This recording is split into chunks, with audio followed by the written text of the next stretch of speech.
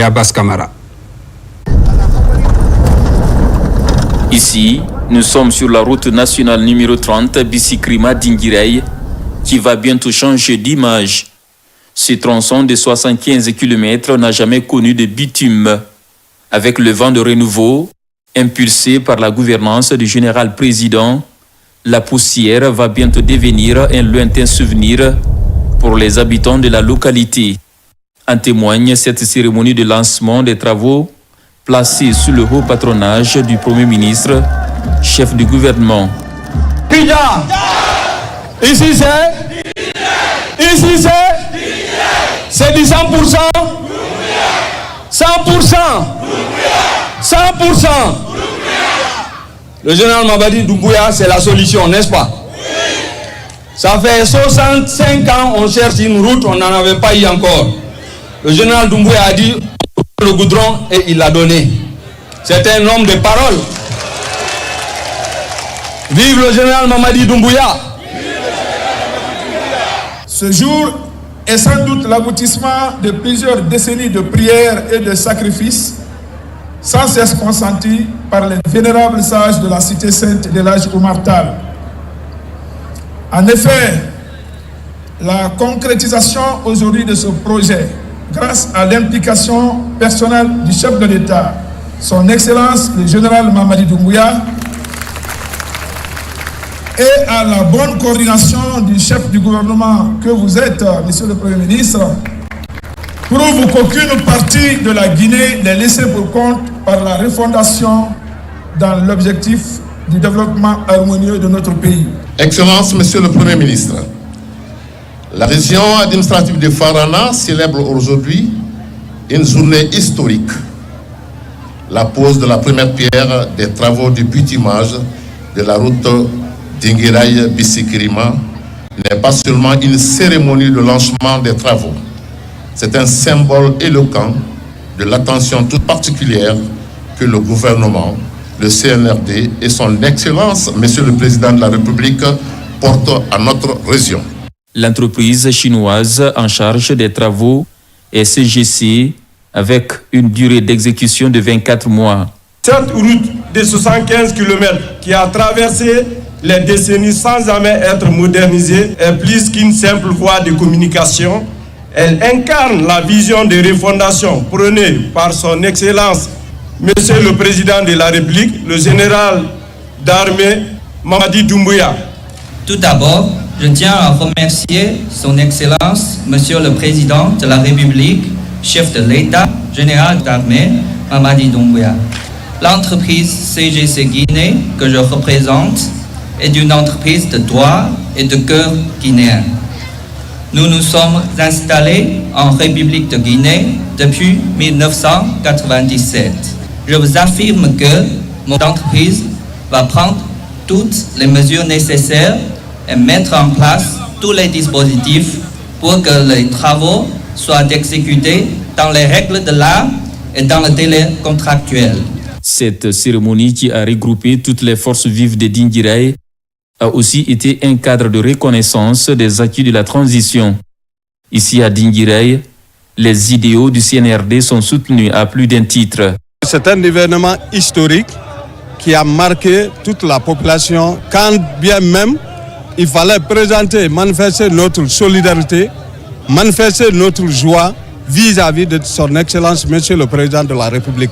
Aujourd'hui, nous sommes tellement contents, les mots nous manquent. Honnêtement parlant, parce que l'événement qui s'est passé aujourd'hui, là, on a attendu ça il y a plus de 60 ans. Le ministre chef du gouvernement est accompagné à Dinguiraye par plusieurs hauts cadres de l'État. L'occasion pour Amadou Ouriba d'éclairer la lanterne des populations de Dinguiraye sur la vision du chef de l'État en faveur d'un développement harmonieux. C'est un immense plaisir aujourd'hui d'être avec vous pour le lancement du bitumage de la route Bisikrima Dinguiraye. Je sais que vous avez attendu très longtemps. Vos parents, voire même vos grands-parents ont rêvé de voir cela. Donc, grâce à Dieu, ceux qui sont vivants aujourd'hui et qui voient ça peut penser à tous les anciens qui ne sont pas là aujourd'hui. Donc on doit remercier Dieu de ses bienfaits. Ce bitumage est l'œuvre avant tout de la décision personnelle du président de la République, le général d'armée Mamadi Doumbouya, lorsqu'il vous a fait la promesse que la route sera faite, et la route est en train d'être faite. Donc, à cet égard, je transmettrai vos remerciements à sa personne et à son dévouement pour la cause des populations guinéennes. C'est très important, cette route. Ça traduit dans une large mesure le désenclavement de Dinguiraye. C'est très important pour Dinguiraye parce que vous êtes une zone particulièrement connue de par le monde. Et s'il y a des difficultés pour venir à Dinguiraye, il va de soi que ça ne faisait pas l'honneur de la République de Guinée. Cette route, qui a 4 ouvrages de franchissement, relève de la vision du général-président Mamadi Doumbouya.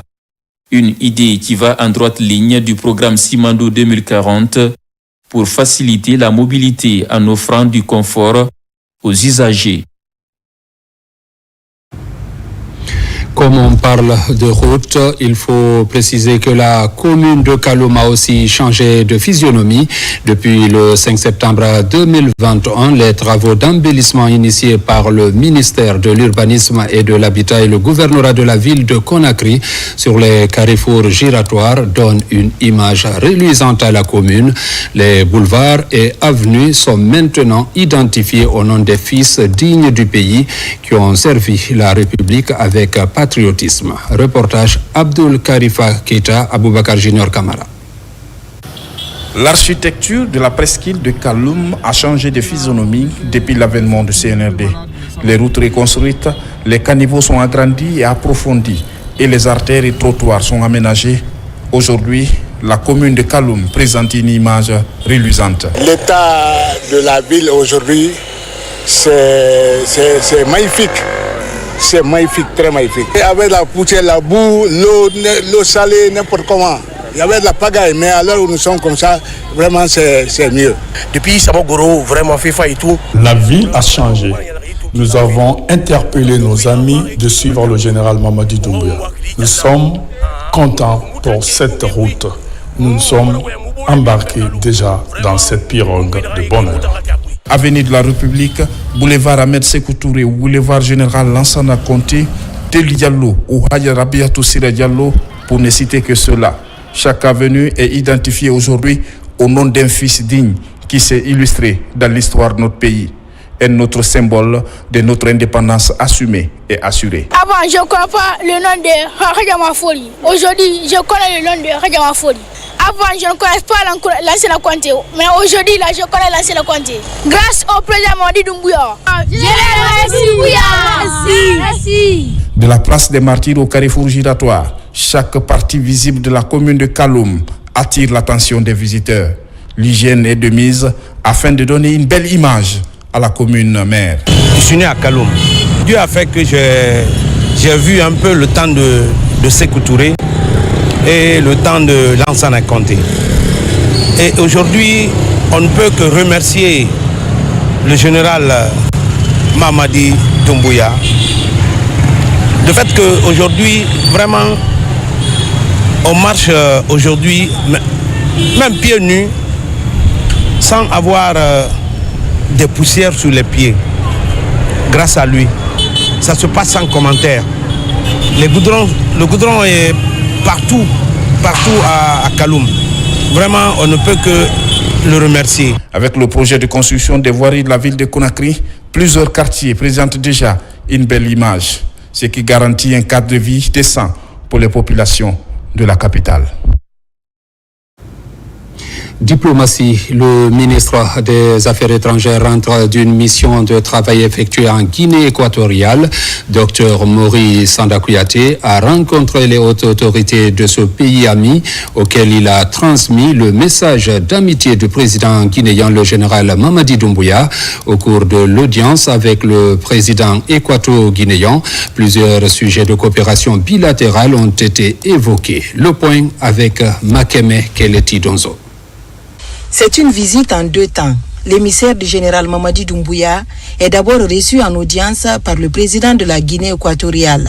Au menu de l'entretien, le renforcement des relations bilatérales entre Conakry et Malabo.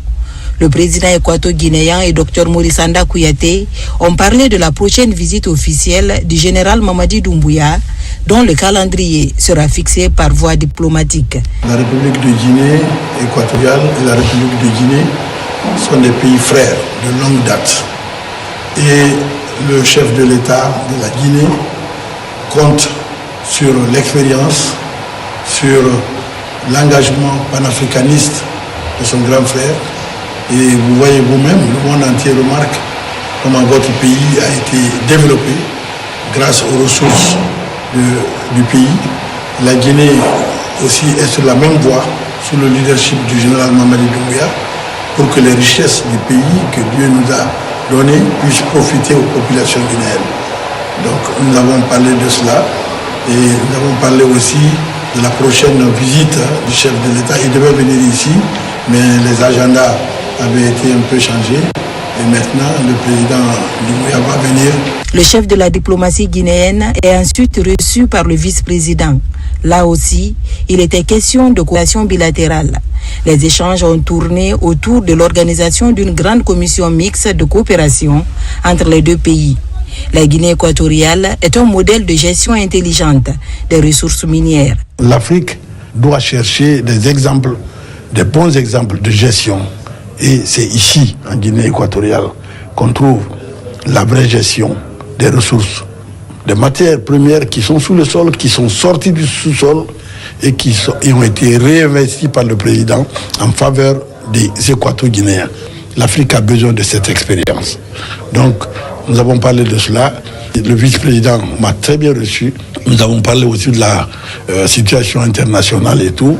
Et je l'ai félicité pour le rôle que la Guinée équatoriale joue dans la pacification en Afrique. Le ministre des Affaires étrangères sort de ces deux audiences avec un message des plus hautes autorités équato-guinéennes à l'adresse du président guinéen, le général Mamadi Doumbouya. Elle lui souhaite déjà la bienvenue à Malabo en attendant cette visite officielle.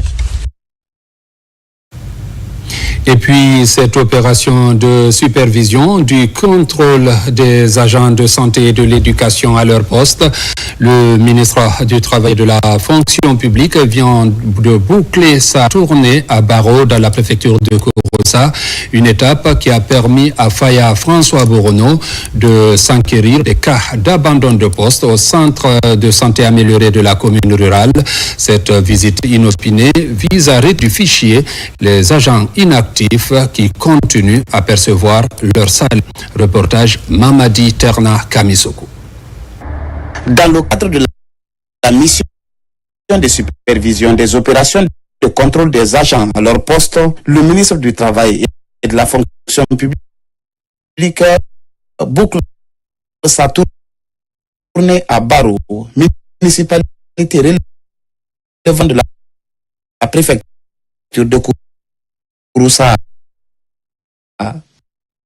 Dans cette commune rurale, c'est le centre de santé amélioré qui a été la cible de la visite inopinée en compagnie de l'inspecteur général de l'administration publique. Le ministre Bourounou fait le point des cas d'absence et d'abandon de poste. Je suis très content parce que c'est des cas très rares. C'est ma première fois même de voir un ministre dans un centre de santé en train de voir est-ce que les gens sont en place, est-ce qu'ils travaillent. Là, vraiment, c'est un atout pour le centre de santé amélioré de Baro. Moi, je félicite d'abord le président de la République. C'est la force du CNRD. On n'était pas informé de tout. les visites pareilles comme ça là, c'est ce qui fait la force d'un gouvernement. Le secteur de la santé et de l'éducation emploie près de la moitié des agents de la fonction publique. Pendant ce temps, le manque criard de personnel est signalé dans les écoles et centres de santé à l'intérieur du pays. Un dysfonctionnement administratif que le ministre Bourouno entend résoudre. Les gens ne trichent pas à Conakry parce qu'ils savent que l'administration centrale est là, les ministres sont là, tous les mécanismes de contrôle sont là. Il y a des gens qui profitent, ils demandent même des mutations en zone rurale parce qu'ils savent là-bas ils peuvent tricher. Donc en demandant d'être muté à Baro, il sait qu'il va venir prendre fonction, après il retourne à Conakry. Pour lui, on ne me voit pas. Donc cette fois-ci, c'est d'allier vraiment la volonté à la réalité pratique. Nous avons décidé de venir vers les réalités les plus factuelles. Donc ma présence sur le terrain traduit la volonté du gouvernement d'assainir réellement le fichier de la fonction publique pour garantir la moralisation de la gestion publique, pour garantir la discipline dans la gestion administrative de notre pays. Le rapport final de ce contrôle déjà en cours dans toutes les préfectures et sous-préfectures permettra de retirer du fichier les fonctionnaires inactifs mais payés par l'État et de préparer un plan de redéploiement d'agents dans les zones qui en ont besoin. Ouverture officielle d'une session de renforcement de capacité opérationnelle des étudiants et enseignants-chercheurs au niveau du Grand Conakry. Le digital est au centre de cette rencontre d'apprentissage. L'initiative est pilotée par le Centre de documentation universitaire et technique. Mounir Bari.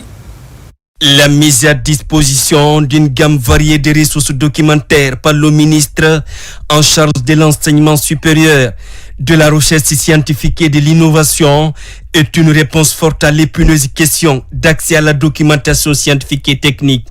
Dans les institutions d'enseignement supérieur des Grands Conakry, une session de renforcement des capacités est organisée. L'initiative est dénommée Plidoctour. Elle est exécutée par le Centre de documentation universitaire scientifique et technique qui s'active d'ailleurs dans la vulgarisation des outils digitaux. En réalisant donc ce projet d'envergure nationale, Monsieur le ministre entend apporter un appui concret à la qualification de l'enseignement supérieur par la mise à disposition d'une gamme variée de ressources documentaires. Vous trouverez donc sur Plidoc les ouvrages, les revues scientifiques, les articles, les thèses, les mémoires, couvrant tous les domaines du savoir. C'est une très bonne initiative parce que ça nous permet en tant qu'étudiants guinéens d'avoir accès à des documents qui ne sont même pas dans nos bibliothèques et ça c'est un très bon avantage pour nous en tant qu'étudiants. Cet outil de performance permet d'offrir une documentation de qualité. Ce dispositif est mis en œuvre en faveur des étudiants. La plateforme unique de documentation Pludoc fait partie de nombreuses innovations introduites ou en cours d'introduction dans notre système d'enseignement supérieur et de recherche scientifique. Les générations actuelles d'étudiants ont l'obligation de saisir toutes ces opportunités pour cheminer vers l'excellence académique et professionnelle.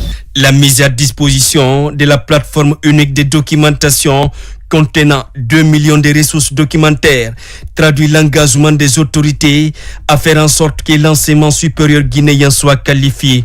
Cette session de remise à niveau sera élargie à tout le Grand Conakry, mais aussi à l'intérieur du pays. Renforcement de capacité des travailleurs des 5 stations de radio rurale de Guinée à Kissidou.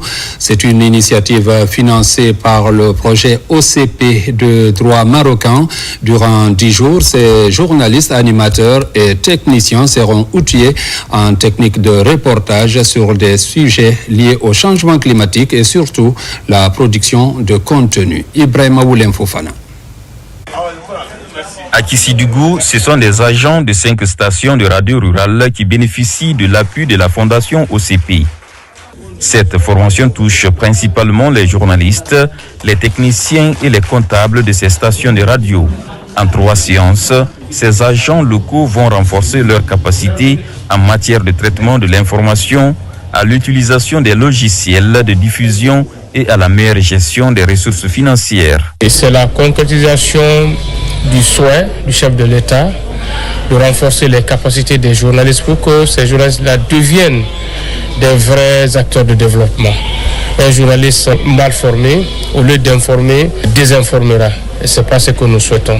La radio rurale de Guinée, en partenariat avec la fondation OCP, a tenu à ce que les radios rurales soient outillées à vulgariser les bons messages auprès des populations à la base. Ce partenariat entre la fondation OCP et le ministère en charge de l'information consiste à former ces acteurs à plus de professionnalisme dans le traitement de l'information. Les techniques de reportage sur les changements climatiques seront aussi abordées. La composante qui concerne les animateurs et les formateurs, donc je vais renforcer leur capacité sur des questions liées à la couverture efficace des sujets en lien avec l'environnement et le changement climatique. Nous allons travailler sur des sujets et ils vont réaliser des podcasts ou des capsules sonores pour pouvoir informer leurs différents publics. Quand on parle de la radio rurale depuis sa création jusqu'à maintenant, il y a beaucoup de choses qui s'est passées et ce qu'on est en train de vivre maintenant avec nos consultants, c'est vraiment une chose de concret. Ce cadre de renforcement de capacité des journalistes, animateurs et techniciens intervient après la première phase qui consistait à appuyer les 5 stations en équipement de collecte, de traitement, de diffusion et en outils informatiques. Parlons également de ce partenariat entre l'Agence de promotion des investissements privés et Rio Tinto. Le mémorandum d'entente signé entre les deux parties doit favoriser le développement des entreprises locales dans le cadre du projet Simandou. L'accord s'articule autour de plusieurs axes stratégiques. Le point avec Abdul Karim Kamara. Depuis un bon bout de temps, la création d'entreprises, notamment les PME, va crescendo en Guinée. Vu leur apport non négligeable à l'économie locale, il est nécessaire de porter la promotion des investissements et du développement des entreprises locales dans le cadre du projet Simandou. Une stratégie soutenue désormais par un mémorandum d'entente entre l'Agence de promotion des investissements privés et Rio Tinto, Guinée. On a souhaité, autour du corridor Simandou, d'avoir des PME beaucoup plus compétitives. Donc on veut lancer un programme pilote avec Rio Tinto pour avoir justement une accélération des PME qu'elles puissent à la fin bénéficier de financement. Notre ambition n'est pas seulement de développer la mine de Simandou. Comme vous savez, le gouvernement développe en ce moment la vision Simandou 2040 sous la vision du chef de l'État. Ce programme a l'ambition de transformer la Guinée. Et Rio Tinto estime qu'en étant un acteur majeur dans le secteur minier, nous pouvons accompagner cette dynamique-là. Par cet accord, les parties entendent renforcer l'émergence d'entreprises championnes dans les villes clés du corridor économique. L'initiative s'inscrit dans le cadre de la planification RSE de Rio Tinto à travers son programme de développement économique régional. Pour moi, c'est une opportunité que nous devons saisir. Au-delà de l'accompagnement et des résultats attendus par rapport à ce MOU, notre accompagnement Africaci au forum prochain, l'accompagnement de 10 entreprises championnes pour l'année 2025, mais également la préparation du GIF 4 pour l'année 2026. Je pense que nous devons profiter de cette main tendue de Rio Tinto afin que nous puissions concrétiser l'une de nos ambitions qui n'est autre que le renforcement des capacités des PME et l'accès au financement. Avec ce partenariat, les bases d'un engagement durable sont ainsi jetées et l'initiative devrait contribuer à attirer davantage d'investisseurs étrangers et à positionner la Guinée comme une plaque tournante économique en Afrique de l'Ouest. Depuis quelque temps, la ville de Kérouane est confrontée à une crise d'eau potable dans les robinets. Le président de la République générale, Mamadi Doumbouya, répond à l'appel des populations de cette zone. Une dizaine de forages sont en cours de réalisation. Reportage Elhaj Fodé Bangali Fofana. Cette ville de Kérouane était parmi les villes les mieux desservies en eau potable. Depuis quelques mois, elle est confrontée à une crise d'eau dans les robinets qu'elle n'avait jamais connue. Face à cette triste réalité, un appel pressant a été lancé à toutes les bonnes volontés, particulièrement au président de la République, général Mamadi Doumbouya et son gouvernement. Très attentive aux préoccupations de sa population, des instructions fermes ont été données par le président de la République au Service national d'aménagement des points d'eau SNAP pour la réalisation d'une dizaine de forages dans les quartiers de cette commune urbaine de Kerouani. On a creusé pas mal de forages et le plus vite possible, tout sera installé pour dire que le Service national d'aménagement des points d'eau est là pour les besoins de la population. Si la réalisation de ces forages constitue un ouf de soulagement et salué par la population de Kerouani, le plus important reste et demeure le renouvellement du système d'adduction d'eau potable de cette ville devenue très vétuste. Cette installation a été faite depuis 1991, il y a de cela 34 ans.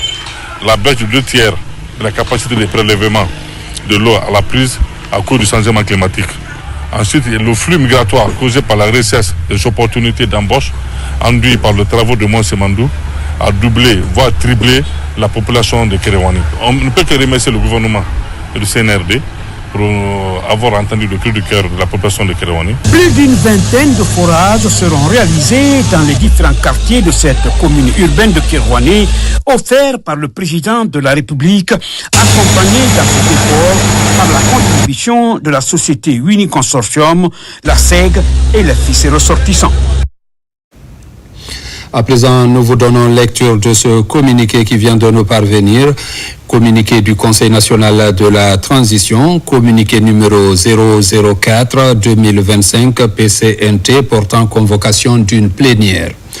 Le président du Conseil national de la transition CNT convie l'ensemble des honorables conseillers nationaux à une plénière ce mardi 25 mars 2025 à 15h à l'hémicycle du Palais du Peuple. L'ordre du jour de cette plénière porte sur l'examen et la délibération autour des tests ci-après. Le contrat de crédit entre la République de Guinée, la Banque africaine Import-Export et la Banque Vistagui SA relatif au financement des projets d'infrastructures routières. L'accord de prêt relatif au projet de construction et d'équipement de l'hôpital militaire d'instruction de 300 lits à Dubreka. Sont invités à prendre part à cette plénière les membres du Comité national du Rassemblement pour le développement CNRD, le Premier ministre chef du gouvernement, les présidents des institutions républicaines, le conseiller du président de la République chargé des relations avec les institutions républicaines, le ministre de l'économie et des finances, le ministre de l'urbanisme, de l'habitat et l'aménagement du territoire, le ministre des infrastructures et des travaux publics, le ministre de la santé et de l'hygiène publique, le ministre de la défense nationale, les chefs des missions diplomatiques, consulaires et organisations internationales accréditées en République de Guinée, Madame la gouverneure de la ville de Conakry, les présidents des délégations spéciales des communes de Conakry, le représentant de la Confédération générale des entreprises de Guinée, l'administrateur général de l'administration et contrôle des grands projets, le directeur général de l'autorité de régulation des marchés publics, le secrétaire exécutif de l'Agence nationale de lutte contre la corruption et de la promotion de la bonne gouvernance, le coordonnateur du bureau de suivi des priorités présidentielles, les représentants des coalitions des partis politiques, les représentants des centrales syndicales, les représentants des organisations de la société civile, le représentant du Conseil national des jeunes de Guinée, les anciens membres du CTRN et du CNT de 2010, les représentants des organisations de la presse publique et privée. Compte tenu de l'importance de l'ordre du jour, la présence de tous les honorables conseillers nationaux est exigée. Conakry, le 24 mars 2025, pour le bureau, le président du Conseil national de la transition, Dr Dansa Kourouma. Dans cette édition, toujours, la délégation spéciale de la commune urbaine de l'Abbé a tenu son forum d'élaboration du plan de développement local pour 2025-2029, un forum couplé à la budgétisation participative du communal. Un reportage signé Nabila Kamara Sarafdin Diallo. Le Forum communal d'élaboration de plans de développement local, PDL, couplé à la budgétisation participative de la commune urbaine de l'Abbé, a regroupé les représentants des 28 quartiers et les partenaires au développement. Au centre de la rencontre, examiner et amender avant la validation du document qui va servir comme brevet pour le développement de la commune urbaine de l'Abbé pendant les 5 ans à venir. Les populations de chaque quartier ont proposé des actions prioritaires, 5 actions prioritaires à mettre dans le PAI, le programme annuel d'investissement de la commune pour l'année 2025. Le deuxième objectif majeur, c'est le plan de développement local pour la période quinquennale 2025-2029. Chaque quartier, chaque village chez nous, chaque secteur a déjà fait un PDL personnel, ce que nous avons transmis à la commune. Et la commune a rassemblé pour les 28 quartiers, c'est ce que nous sommes en train de déposer, faire une vote sur ça. Ce processus interactif participatif qui a été mené dans les 28 quartiers dans le couronnement de la tenue du présent forum pour pouvoir valider des actions d'intérêt communautaire identifiées par les populations locales a connu un succès. Nous nous réjouissons vraiment du travail qui a été abattu par les animateurs communautaires, le tout appuyé par les membres de la délégation spéciale de l'Abbé, les services techniques déconcentrés pour parvenir à ce résultat qui du reste est très encourageant. Ça a été un document très participatif, l'approche participative a été développée et à l'arrivée, vraiment tous les représentants des quartiers se reconnaissent, se retrouvent dans les actions qui ont été planifiées dans ce PDL. Ce document qui a été harmonisé et présenté a tenu compte aussi des activités qui doivent être valorisées aux aspects du changement climatique et des autres actions pouvant satisfaire les besoins des citoyens de l'Abbé. Après quelques mois à la tête de la jeune chambre internationale Koya à venir, les nouveaux dirigeants font le bilan mi-mandat de leur activité. C'est au cours d'une assemblée générale que les leaders de la préfecture ont procédé à cette action. L'objectif est d'identifier les nouveaux défis pour contribuer davantage au développement local. Reportage Aboubakar Diaby, Souleymane Kondé. La rencontre regroupe essentiellement les jeunes leaders de la préfecture de Koya. Ils entendent encourager la réalisation des projets à fort impact social. Ce conclave constitue un moment opportun pour procéder à l'organisation de l'Assemblée générale de mi-mandat de la jeune chambre internationale Koya Avenir. Ça a été un bilan satisfaisant, il faut le dire. Et les 3 mois, vous avez vu la présentation de tous les projets que nous avons eu à réaliser.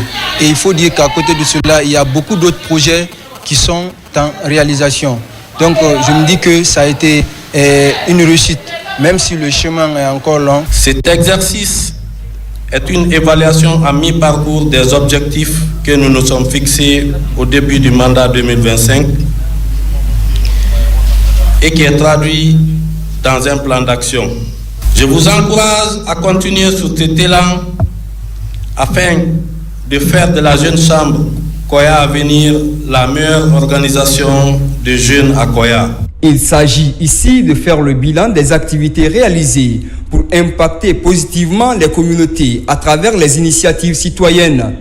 Déjà, ces jeunes ambitionnent de réaliser des projets pour favoriser le développement local dans les différentes collectivités de Koya. Quand nous venons dans la jeune chambre, nous venons à la recherche de quelque chose. Il faut avoir des objectifs et venir ce dont on veut rechercher, qu'on le recherche, qu'on le fasse très bien, puisque chez nous c'est un mandat. Il ne faudrait pas que tu passes un mandat sans que tu ne laisses quelque chose de positif derrière. On voit une égalité parfaite de part et d'autre, une idée partagée au fait. Je suis vraiment content et c'est une structure à accompagner. De nouvelles stratégies sont adoptées par cette jeune chambre internationale Koya Avenir, notamment le renforcement de partenariats avec les autorités locales et autres. Un plan d'action pour promouvoir davantage l'entrepreneuriat jeune. À Djeki, dans la préfecture de Yomo, les participants viennent de célébrer un événement majeur. Les populations de cette localité, pour la cohésion sociale, viennent de mettre en place des sages pour promouvoir la paix. Il s'agit de l'intronisation du patriarche et du premier sage, suivi des secrétaires généraux, et cela dans les 12 districts de la localité. L'initiative a été couronnée par la signature des pactes traditionnels engageant les communautés locales à promouvoir le vivre ensemble dans la région. Reportage Mohamed Salioupaï. Pour veiller sur la pérennité de l'initiative, un patriarche a été intronisé et 12 secrétaires généraux de la paix installés dans les 12 districts de la sous-préfecture de Djeki. L'ambition est de faire de cette commune rurale la capitale de la paix en région forestière. Faire de notre localité la cité de la paix 2025. Il nous invite tous à ça.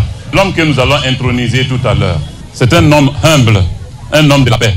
Et surtout, la perspicacité de ses idées dans la résolution des conflits sociaux font de lui un homme remarquable. Et voilà pourquoi il a bénéficié de la confiance de ses pairs pour le mettre à la tête du conseil sous-préfectoral des sages de Djeki. La cérémonie empreinte de solennité et de ferveur s'est déroulée en présence des autorités, des notables, des fils et filles ressortissants de Djeki, ainsi que des représentants des confessions religieuses. Ce rassemblement témoigne de l'importance accordée par les habitants à la culture de la paix et à la stabilité sociale dans leur localité. C'est une occasion première dans la localité. Installer un sage, c'est installer un symbole, une référence. C'est l'union qui fait la force. Ce qui a commencé aujourd'hui va se poursuivre demain. Et si jamais nous nous retrouvons comme ça en ambiance, ça va toujours créer, n'est-ce pas, une bonne vie et Djeki sera un arbre de paix. En signe d'unité et d'engagement collectif, des prières et bénédictions ont été dites en faveur de la consolidation de la paix et de l'harmonie entre les différentes communautés. L'événement marque ainsi le début d'une nouvelle ère où la tradition et les valeurs ancestrales sont mises au service du développement et la cohésion sociale. Parlons aussi de religion. À l'entame des 10 derniers jours du mois saint de Ramadan, le ministre de la Coopération internationale réchauffe davantage les liens d'amitié entre la Guinée et la Malaisie. L'acte se matérialise autour d'un repas collectif, une manière pour les deux pays de renforcer leurs relations bilatérales vieilles de plusieurs années. Compte rendu Tabansila. La Malaisie, ce pays de l'Asie du Sud-Est, a formé plusieurs générations d'étudiants guinéens, parmi lesquels le ministre du Plan et de la Coopération internationale. Dans un esprit de fraternité et de cohésion, les invités de l'Association des anciens étudiants de la Malaisie se donnent rendez-vous autour d'un repas collectif. C'est au compte des 10 derniers jours du mois saint de Ramadan. Aujourd'hui, ce que nous avons à dire à nos frères et sœurs ici, c'est d'être utile, d'accepter d'accompagner le CNRD dans son programme de refondation. Nous avons cette obligation. Nous devons servir notre nation et non se servir d'elle. Il y a les amis ici, ça faisait plus de 57 ans, on ne s'était pas vu. Mais aujourd'hui quand même, c'est un sentiment de joie. J'ai vu tous les amis de la Malaisie et son discours m'a beaucoup émerveillé. Créée depuis près de 20 ans, l'Association des anciens étudiants de la Malaisie, initiatrice de cette rencontre de partage de repas, accompagne les idéaux de refondation prônés par le chef de l'État dans un élan de développement de la Guinée. Ce iftar a été à peu près plus d'une centaine d'anciens élèves de la Malaisie. Aujourd'hui, nous avons la chance d'avoir des gens qui ont étudié en Malaisie, des anciens étudiants qui sont dans le gouvernement, qui ont créé leur propre société et qui émergent aujourd'hui. L'exemple est Luba Technology, qui est une entreprise de référence pour la confection du passeport. Donc, c'est tout un symbole. Nous sommes vraiment fiers et nous devons pérenniser cela. L'Association des anciens étudiants de la Malaisie regroupe en son sein des membres qui occupent aujourd'hui plusieurs postes de responsabilité dans les sphères de prise de décision du pays. On les retrouve aussi dans le secteur privé et même dans l'entrepreneuriat. La rencontre s'est déroulée en présence du chargé d'affaires de l'ambassade de la Malaisie à Conakry auprès du ministre Ismaël Nabé. Rupture collective, cette fois dans la commune de Kaloum, l'occasion pour les autorités communales de partager ce moment pour invoquer le pardon à travers la lecture du Saint-Coran et promouvoir la solidarité. Reportage Nabi Kamara. En ce mois saint de Ramadan, les autorités communales de Kaloum ont décidé de rassembler autour d'elles leurs co-religionnaires pour faire la rupture du jeûne ensemble. Une manière de communier dans la fraternité en priant Dieu de répandre sa grâce sur eux, les fidèles croyants de la ville de Conakry et le reste des Guinéens. L'idée vient de travers de la population. On n'a pas voulu que le mois de pardon, de pénitence, de s'accepter passe sans qu'on se voit, c'est dire merci et pardon. C'est ainsi qu'on a choisi vraiment d'organiser ça grâce à l'appui de notre grand frère, général Ibrahim Massoudi, chef d'état-major, qui n'aménage aucun effort pour la réussite de l'événement. Voilà des occasions ultimes qui méritent d'être saisies par tous ceux qui ont foi en Dieu pour se remettre en question. Elles permettent de renforcer l'unité, la solidarité, la fraternité entre les citoyens de ce beau pays, la Guinée. C'est une occasion pour la délégation spéciale de Kaloum d'être avec sa population, d'être avec sa communauté et aussi les autorités de la ville pendant ces 2 mois saints. Il s'agit du carême et du ramadan. Et donc c'est de remercier tout un chacun d'être venu et aussi de prier pour la paix, pour le pays, pour nos autorités, à la tête le président de la République, le général d'armée Mamadi Doumbouya, qu'il soit en bonne santé morale et physique pour mener à bien les destinées de notre pays. Des prières ont été faites pour le chef de l'État, le général Mamadi Doumbouya, au CNRD et au gouvernement pour la réussite de la transition dans notre pays. Faisons aussi escale à Lambagny pour la rupture collective du mouvement Un pour tous, tous pour un. Là-bas, vous allez le voir, les convives ont prié pour la stabilité et le développement. Marouane Kamara, Fodé Kamara. Pour se rapprocher davantage et prier pour le pays et le président général Mamadi Doumbouya, le mouvement Un pour tous, tous pour un continue à offrir des repas collectifs aux fidèles musulmans et chrétiens en ce mois de Ramadan qui coïncide avec le carême.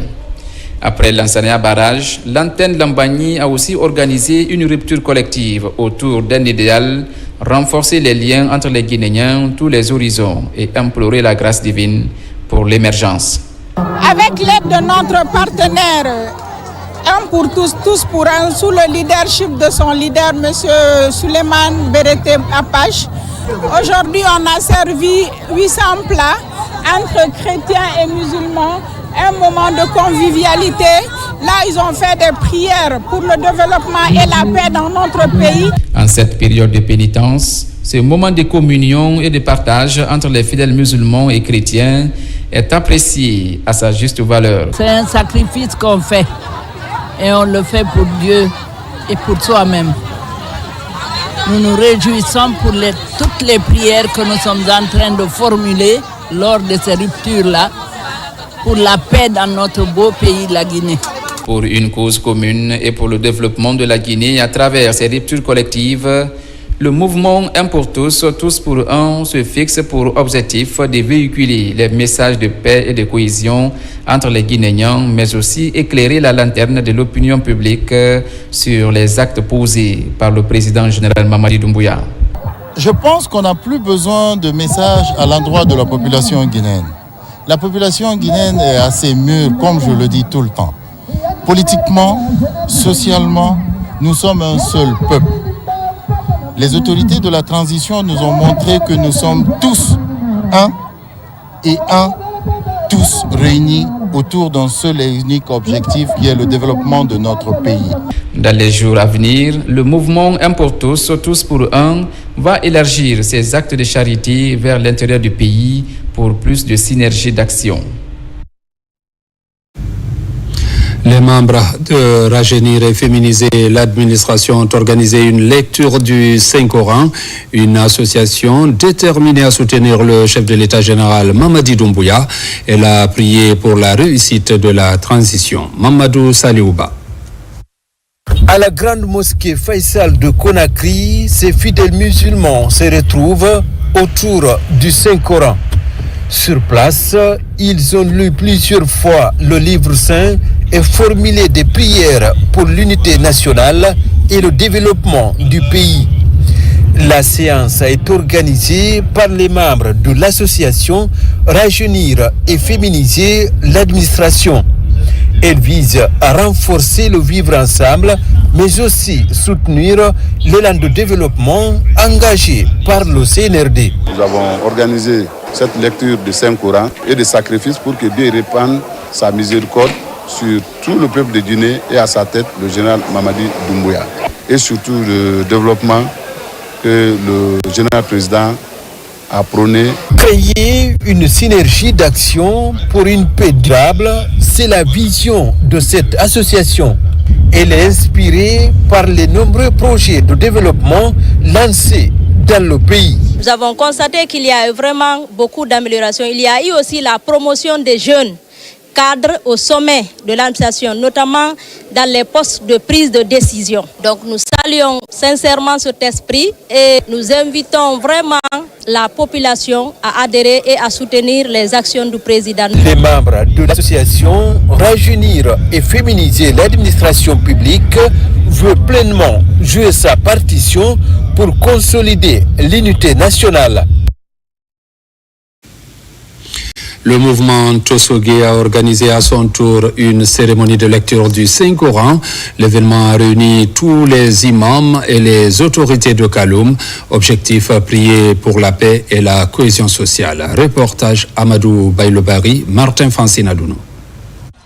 C'est une lecture du Saint-Coran organisée par le mouvement Tosogé. Cette cérémonie de prière et d'imploration de la grâce divine a eu lieu à Sandarvalia, au boulevard Diallo-Telli.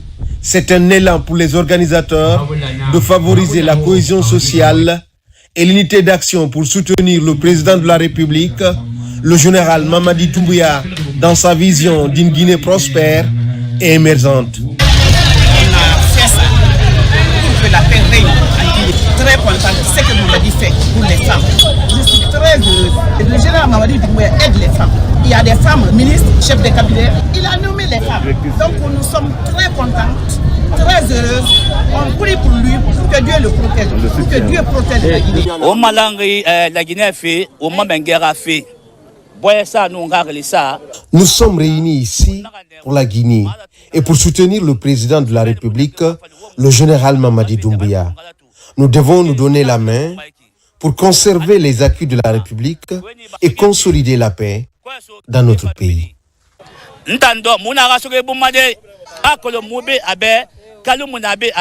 Saluant l'initiative, les autorités de la commune de Kaloum appellent les Guinéens à œuvrer davantage pour la paix et le renforcement du tissu social.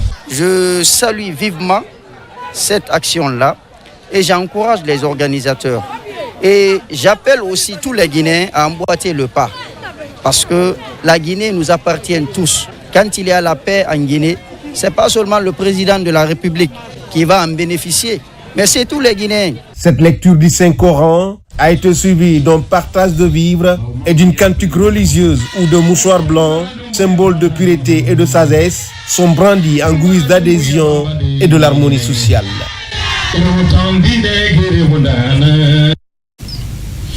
À Daboya, c'est de la préfecture de Kindia. Les habitants viennent de bénéficier de plusieurs tonnes de riz et du sucre. Le geste est de la société Fako Bauxite qui évolue sur place. Reportage Bakari Bambakonde. Dans un élan de solidarité et d'engagement social, la société Fako Bauxite offre des tonnes de riz, de sucre et une aide financière aux habitants du district de Daboya, dans la commune rurale de Frigiagbe, préfecture de Kindia. Cette action, qui coïncide avec le mois saint de Ramadan, vise à renforcer la cohésion sociale, à soutenir les familles dans le besoin, mais aussi favoriser la cohabitation entre l'entreprise et la population riveraine. C'est de remercier d'abord son Excellence Excellence Monsieur le Président de la République. Si nous arrivons à faire tout ce que nous faisons aujourd'hui, c'est sous son autorité. Il faut être avec la communauté, il faut rapprocher la communauté. Pour que la société puisse prospérer, il faut obligatoirement que la société soit aux côtés de la communauté. Sans la communauté, vraiment, la société n'est rien. Cette contribution de FACO Bauxite en faveur des habitants de la localité se tient chaque année selon la direction générale. En plus des biens matériels, elle renforce les liens entre les différentes couches sociales des 8 secteurs du district. Ils ont offert pour les Sunakati pour notre localité. Nous sommes très ravis, très contents de passer la limite. On prie Dieu pour eux et pour tous les donateurs, précisément notre président général Mamadi Doumbouya. On est mobilisés nuit et jour, nous sommes à leur disposition. En renforçant les liens entre elle et les résidents de Tombo, Kalema et Daboya, l'initiative de FACO Bauxite est de contribuer à créer un environnement harmonieux et rappeler l'importance du partage et de l'entraide en ce mois saint du Ramadan. À Sigiri, au quartier Sokura, la mosquée historique vieillie de plusieurs années est désormais moderne. Elle a été réhabilitée par Tidiane Koita, un des fils du terroir. Reportage Moussa Komara. Elle devient désormais l'une des plus belles mosquées de Sigiri. Cette maison de Dieu située au quartier Sokura présente une image imposante dans la ville. Elle est entièrement rénovée et réhabilitée par Tidiane Koita, l'un des fils de la localité. En R+1, l'édifice comprend un château d'eau, des robinets pour les ablutions et des toilettes publiques. Ce sont les Karamonfa Amadou qui ont été les premiers habitants ici. En ce temps-là, nous étions très petits. C'est ici qu'on priait. Maintenant, mes frères et moi avions pris l'initiative de reconstruire cette mosquée au nom de l'islam. Avec une capacité d'accueil de près de 1000 fidèles musulmans, cette mosquée fait la fierté des habitants de Sigiri. Sa reconstruction vient mettre fin à la longue souffrance de la communauté musulmane du quartier Sokura qui parfois parcourait des distances pour prier. Nous sommes très contents aujourd'hui. Si ce genre de mosquée est nombreuse dans nos localités, elle sera une référence. Donc si nous voyons un fils qui n'oublie jamais sa patrie, ses origines, et qui pousse ce genre d'architecture chez lui, on ne peut que bénir et que Dieu fortifie sa fortune.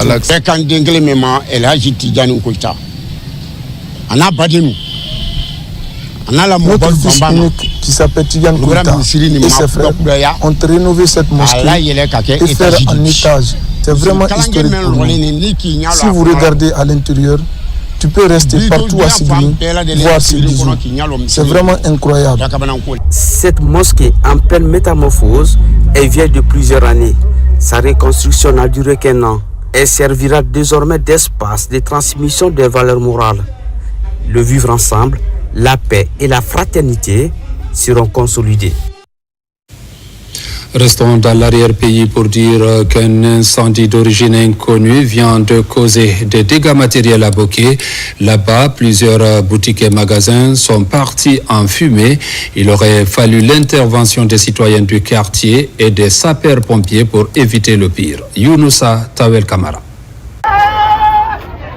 C'est dans la nuit du samedi à dimanche que cet incendie d'origine inconnue se produit ici, derrière la cour de la préfecture de Boké. Plusieurs boutiques et magasins et leurs contenus sont partis en fumée. Malgré tout, aucune perte en vie humaine n'a été enregistrée. Hier à 0h36, c'est un de mes clients qui partait au travail et m'a appelé. Il dit je pars au travail comme ça là, mais il paraîtrait qu'il y a un grand feu là où vous stockez vos marchandises là. Après je me suis réveillé, quand je suis venu, j'ai trouvé des flammes qui étaient un peu incontrôlables. Dans ces moments difficiles, nous remercions d'abord tout le monde, la population et l'État. S'ils peuvent quand même nous soutenir, vraiment ça nous soulagera quand même. Je ne connais pas l'origine de cet incendie. On m'a confié beaucoup de marchandises que j'ai mis dans ce magasin. Je ne sais que faire.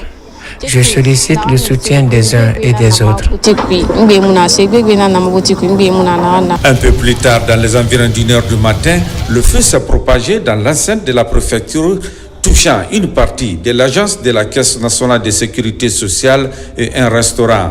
Il a fallu l'intervention des sapeurs-pompiers, d'une société minière de la place et la détermination des citoyens du quartier pour circonscrire cet incendie. Vers les 0h jusqu'à 1h du matin, 20h30, j'étais là avec toutes les autorités en place. Mais quand le feu a déclenché, on a vu la mobilisation totale en réalité de la population, des jeunes, des femmes, les forces de défense et de sécurité. Tout le monde était présent, sincèrement, de faire le nécessaire par rapport au feu. En attendant, les autorités de Boké comptent mener des enquêtes pour connaître l'origine de cet incendie qui a causé assez de dégâts matériels chez les commerçants et dans certaines familles. Le conseil d'administration du bureau guinéen du droit d'auteur BGDA vient de tenir sa première session ordinaire de l'année. Les parties prenantes ont passé en revue les activités réalisées en 2024 et se sont projetées pour l'année en cours.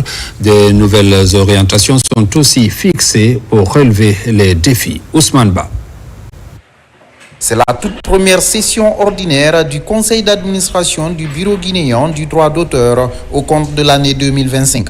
L'occasion pour les parties prenantes d'évaluer le rapport des activités réalisées en 2024 et analyser le document prévisionnel des activités de l'année en cours.